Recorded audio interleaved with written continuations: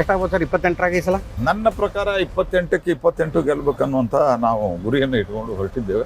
ಕನಿಷ್ಠ ಪಕ್ಷ last time ಏನು ಪರ್ಫಾರ್ಮೆನ್ಸ್ ಇತ್ತು ಅಷ್ಟಂತೂ ರಿಪೀಟ್ ಆಗುತ್ತೆ. 26 25+1 ಈ ಸರ್ತೆ 26 ಟುಗೆದರ್. ನಂದು ಪ್ರಶಾಂತದ್ದು ಒಂದು ಅಬ್ಸರ್ವೇಷನ್, ಲಾಸ್ಟ್ ಟೈಮಿಗೆ ಕಂಪೇರ್ ಮಾಡಿದ್ರೆ ಈ ಸಲ ಕಾಂಗ್ರೆಸ್ ಭಾಳ ಆ್ಯಕ್ಟಿವ್ ಅಂತ, ಗ್ರೌಂಡ್ ಪ್ರೆಸೆನ್ಸ್ ಜಾಸ್ತಿ, ಕಾರ್ಯಕರ್ತರ ಅಗ್ರೆಸಿವ್.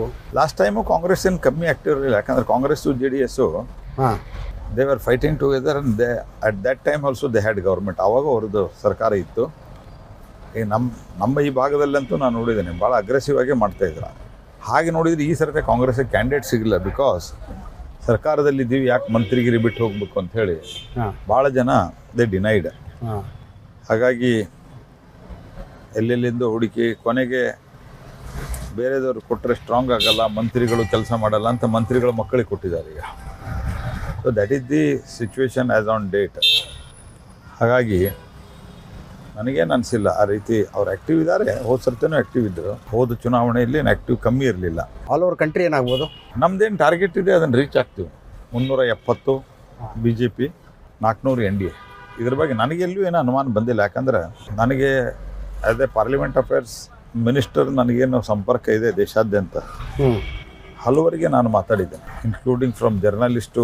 ಈಗ ನಾನು ರಾಜಸ್ಥಾನದಲ್ಲಿ ಹೋದಾಗ ಯಾರು ಈ ಎಲೆಕ್ಷನ್ದಲ್ಲಿ ಪ್ರಮುಖವಾದಂಥ ನ್ಯೂಟ್ರಲ್ ಜನ ಯಾರು ಪ್ರಮುಖವಾದಂಥ ಪಾತ್ರ ವಹಿಸ್ತಾರೆ, ಇವ್ರನ್ನೆಲ್ಲ ಕೀ ವೋಟರ್ಸನ್ನು ಅದು 370 ಹೆಂಗೆ ಲಾಜಿಕಲ್ ಅರ್ಥ ಆಗ್ತಿಲ್ಲ. ಈಗ ನಾರ್ತ್ ನೀವು ಏನು ಸ್ಯಾಚುರೇಷನ್ ರೀಚ್ ಆಗ್ಬಿಟ್ಟಿರಿ, ಹೆಚ್ಚಿಗೆ ಆಗಬೇಕಾಗಿರೋದು ಸೌತಲ್ಲಿ ಏನು ನಿಮ್ಗೆ ಏನಂದ್ರೆ ಯಾವ ಸ್ಟೇಟು ಏನೋ ಲ್ಯಾಂಡ್ ಮಾರ್ಕ್ ವಿಕ್ಟ್ರಿ ಕೊಟ್ಬಿಡುತ್ತೆ, ಲಾಸ್ಟ್ ಟೈಮಿಂದ ಭಾಳ ದೊಡ್ಡ ಸಂಖ್ಯೆ ಬಂದ್ಬಿಡುತ್ತೆ ಅನ್ನೋಂಥ ಯಾವ ಸ್ಟೇಟು ಇಲ್ಲ ನೋಡಿ. ಕರ್ನಾಟಕದಲ್ಲಿ ನಮ್ಗೆ ಚೆನ್ನಾಗಿ ಬರ್ತದೆ. We will do well in Telangana. I am very confident. ನಾನು ತೆಲಂಗಾಣ ಇನ್ಚಾರ್ಜು ಇದ್ದೆ, ನಿಮ್ಗೆ ಗೊತ್ತಿರಬೇಕು. ಹೌದು ತೆಲಂಗಾಣ ಚೆನ್ನಾಗಾಗತ್ತೆ ನಮ್ಮದು. ಆಂಧ್ರದಲ್ಲಿ ಅಲೈನ್ಸ್ದಲ್ಲಿ ಸೀಟ್ ಬರ್ತದೆ ನಮ್ಮದೊಂದು 3-4 ಸೀಟ್ ಇದೆ. Will all those seats. ತಮಿಳ್ನಾಡಿನಲ್ಲಿ 1-2 5ರವರೆಗೆ ಅಂತ ನನಗೆ ಅಣ್ಣಾಮಲೈ ಹೇಳಿದರು. Okay. And AIADMK will be the third party this time. It will be at the third place. Okay. Kerala 2 seat ಅಂತ ಹೇಳ್ತಾ ಇದ್ದಾರೆ. ನಾನು ರಾಜೀವ್ ಚಂದ್ರಶೇಖರ್ ಅವರಿಗೂ ಮಾತಾಡಿದ್ದೆ ಮತ್ತು ನಮ್ಮ ಮುರಳೀಧರನ್ ಅವ್ರಿಗೂ ಮಾತಾಡಿದ್ದೇನೆ. 2 ಸೀಟು ಬರ್ತದೆ ಅಂತ ಅವರು ಕಾನ್ಫಿಡೆನ್ಸಲ್ಲಿದ್ದಾರೆ.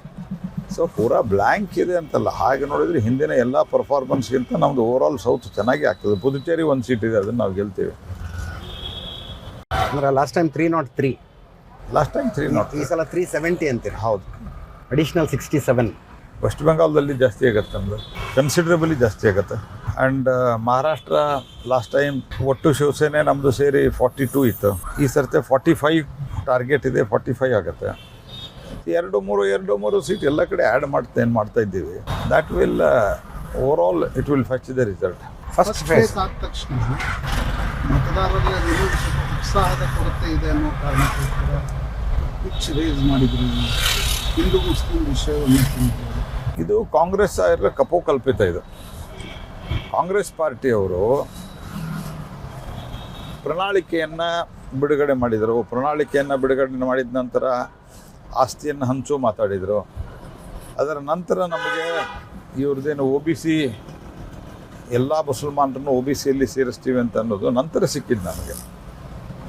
ನಮ್ಗೆ ಮೊದಲೇ ಗೊತ್ತಿರಲಿಲ್ಲ. ಅವ್ರು ನೋಟಿಸ್ ಕೊಟ್ಟದ್ದು ಮತ್ತು ಇವರು ಅವರಿಗೆ ರೆಕಮೆಂಡ್ ಮಾಡಿದ್ದು really we are not aware. So ಅದು ಗಮನಕ್ಕೆ ಬಂದ ನಂತರ ಈ ವಿಷಯವನ್ನು ನಾವು ಎತ್ತಿದ್ದೇವೆ. ಕಾಂಗ್ರೆಸ್ ಪಾರ್ಟಿಗೆ ಆ ರೀತಿಯ ಒಂದು ಸಮಾಧಾನ ಮಾಡಿಕೊಳ್ಳಿದ್ದರೆ, ತನ್ನಷ್ಟಕ್ಕೆ ತಾನೇ ಕನ್ಸೋಲ್ ಮಾಡಿಕೊಳ್ಳೋದಿದ್ದರೆ ಅದಕ್ಕೆ ನಂದೇನು ಅಭ್ಯಂತರ ಇಲ್ಲ. ಆದರೆ ಇದು ಯಾವಾಗ ವಿಷಯಗಳು ಬರ್ತಾ ಇದೆ ಆವಾಗ ನಮ್ಮ ಪಾರ್ಟಿ ಮತ್ತು ನಮ್ಮ ನಾಯಕರಾದಂಥ ನರೇಂದ್ರ ಮೋದಿಯವರು ಎತ್ತಾ ಇದ್ದಾರೆ. ಅದಕ್ಕೆ ಕಮ್ಮಿ ವೋಟಿಂಗ್ ಆಯಿತು, ಅದಕ್ಕೆ ಹಿಂದೂ ಮುಸ್ಲಿಮು ಅಂತ ಹೇಳಿದ್ರು. ಹಿಂದೂ ಮುಸ್ಲಿಮ್ ನಾವು ಮಾಡಿಲ್ಲ, ಹಿಂದೂ ಮುಸ್ಲಿಮ್ ನೀವು ಮಾಡ್ತಾ ಇದ್ದೀರಿ. ಧರ್ಮಾಧಾರಿತ ರಿಸರ್ವೇಷನ್ ಕೊಡಬಾರ್ದು ಅಂಥೇಳಿ ಸ್ಪಷ್ಟವಾಗಿ ಕಾನ್ಸ್ಟಿಟ್ಯೂಷನ್ದಲ್ಲಿ ಇದ್ದಾಗೂ ಸಹಿತ ಮುಸಲ್ಮಾನರಿಗೆ ಕೊಡ್ತೀರಿ ಮತ್ತು ಎಲ್ಲ ಮುಸಲ್ಮಾನರನ್ನು OBCಗೆ ಸೇರಿಸ್ಬೇಕು ಅಂತ ಹೊಸದಾಗಿ ರೆಕಮೆಂಡ್ ಮಾಡ್ತೀರಿ. Neither it is A religion ನಾರ್ ಇಟ್ ಇಸ್ ಎ ಕಾಸ್ಟ್ ಅಂತ ಪತ್ರ ಬರೀತೀರಿ. What is Muslim? ಅದು ಜಾತಿಯೂ ಅಲ್ಲ, ಧರ್ಮವೂ ಅಲ್ಲ ಅಂದ್ರೆ ನಂಗೆ ಅದನ್ನು. ಸೊ ಹೀಗಾಗಿ ನೀವು ಎಲ್ಲವೂ ಮಾಡ್ಬೋದು. ನೀವು ಬಾಂಬ್ ಬ್ಲಾಸ್ಟ್ ಆದಾಗ ಸಿಲಿಂಡರ್ ಬ್ಲಾಸ್ಟ್ ಅಂತ ಹೇಳ್ಬೋದು. ನೀವು ಎಂಥ ಬೇಜವಾಬ್ದಾರಿ ಹೇಳಿಕೆ ರೀ. ಅದಾದ ನಂತರ ನೇಹಾ ಮರ್ಡರ್ ಕೇಸ್ ಆಗ್ತದೆ. ಹನುಮಾನ್ ಚಾಲೀಸ್ ಪಠಣ ಮಾಡೋನ್ನ ನೀವು FIR ಮಾಡ್ತೀರಿ. ಮತ್ತು ಜನ ಏನು ಅಂದ್ಕೋಬೇಕು ನಿಮ್ಮ ಬಗ್ಗೆ? ನೀವೆಲ್ಲವೂ ಮಾಡಬೇಕು, ನಾವು ಅದನ್ನು ರೇಜ್ ಮಾಡಿದರೆ ನಾವು ಕಮ್ಯುನಲ್. ಇದು ಯಾವ ಲೆಕ್ಕರ್ ಇದು? ಚೆನ್ನಮ್ಮ ಸರ್ಕಲ್ ಸರ್, ಇದೇ ಚೆನ್ನಮ್ಮ ಸರ್ಕಲ್, ಇದೀಗ ಮೈದಾನ ಈದ್ಗಾ ಮೈದಾನ ಕರಿತಾ ಇದ್ದೀರಿ ಇದನ್ನು. ಹಾಂ, ಯಾವುದು ರಾಷ್ಟ್ರಧ್ವಜ ಸಂರಕ್ಷಣಾ ಸಮಿತಿಯ ಸಂಚಾಲಕ. ಹಾಂ, ಫ್ಲೈಓವರ್ ಯಾವಾಗ ಮುಗಿಸ್ತೀರಿ ಸರ್ ಇದು?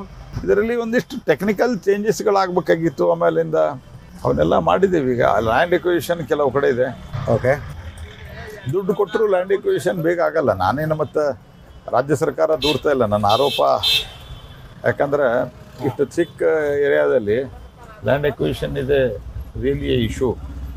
ಹಾಗಾಗಿ ನಾನೇನು ಇದು ಟೋಟಲ್ ಪ್ಲಾನ್ ಏನೀಗ ಈ ಕಡೆ ಬೆಂಗಳೂರು ಕಡೆಯಿಂದ ಬಂದವರು ಹುಬ್ಳಿ ಎಂಟ್ರ್ ಆದವ್ರು ಮೇಲೆ ಹತ್ಬೇಕು.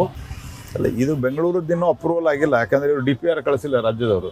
ಬೊಮ್ಮಾಯಿ ಸರ್ಕಾರದ ಎಂಡದಲ್ಲಿ ಹೇಳಿದೆ ಗಡ್ಕರಿ ಅವ್ರಿಗೆ ಮಾತಾಡಿ, ಈ ಕಡೆಯಿಂದ ಕಳಿಸ್ಬಿಡಿ, ಅದು ಇಲೆಕ್ಷನ್ ಅನೌನ್ಸ್ ಆಯಿತು, ನಿಂತೋಯ್ತು. ಆಮೇಲೆ ಈ ಸರ್ಕಾರ ಬಂದ ನಂತರ ನಾನು ಅಧಿಕಾರಿಗಳಿಗೆ ಕರೆದು ಮಾತುಕತೆ ಮಾಡಿ ಎಲ್ಲವನ್ನು ಮಾಡಿದ್ದೇನೆ. ಟೋಟಲ್ ಹುಬ್ಳಿಗೆ ಅಂದರೆ ನಿಮ್ಮ ಕೊಡುಗೆ ಅಂತ ನೀವು ಹೇಳ್ಬೋದು, ಮೇಜರ್ ಕೊಡುಗೆ ಅಂತ ಹೇಳಿದ್ರೆ ಯಾವ್ದಾದ್ರು ಹೇಳ್ತೀರಿ? ಭಾಳ ಇದೆ ಹಂಗೆ, ಒಂದೇ ಅಂತ ಹೇಳೋದು ಭಾಳ ಕಷ್ಟ ಇದೆ. I am proud to say that ಇಡೀ ಧಾರವಾಡ ಜಿಲ್ಲೆಗೆ, ಇನ್ಕ್ಲೂಡಿಂಗ್ ನಿಮ್ಮ ಹಳ್ಳಿಗೆ, ಛಬ್ಬಿಗೂ ಸಹಿತವಾಗಿ, ಈಗೇನು ನಾವು ಹರ್ಘರ್ ನಲ್ ಜಲ್ ಪೈಪ್ಲೈನ್ ಹಾಕಿದ್ವಿ, ಅದೇ ಪೈಪ್ಲೈನ್ ಮೂಲಕ ಮಲಪ್ರಭಾ ಕುಡಿಯೋ ನೀರನ್ನ ಕೊಡ್ತಾ ಇದ್ದೀವಿ ಆಲ್ ದಿ ವಿಲೇಜಸ್. ನಮ್ಮದು ಭಾಳ ಫಸ್ಟ್ ಫೇಸ್ದಲ್ಲೇ ನಮ್ಮದು ಸ್ಯಾಂಕ್ಷನ್ ಆಗಿದ್ದು ನಮ್ಮ ಜಿಲ್ಲೆ. ಹಾಗಾಗಿ ನಾನು ಪ್ರಧಾನಮಂತ್ರಿಗಳು ಒಂದು ಸರ್ತಿ ಕೇಳಿದ್ರು, ಹರ್ಗಲ್ ನಲ್ ಜಲ್ ಎಲ್ಲೆಲ್ಲಿ ಶುರು ಆಗಿದೆ, ಜನರ ಪ್ರತಿಕ್ರಿಯೆ ಹೇಗಿದೆ ಅಂತ.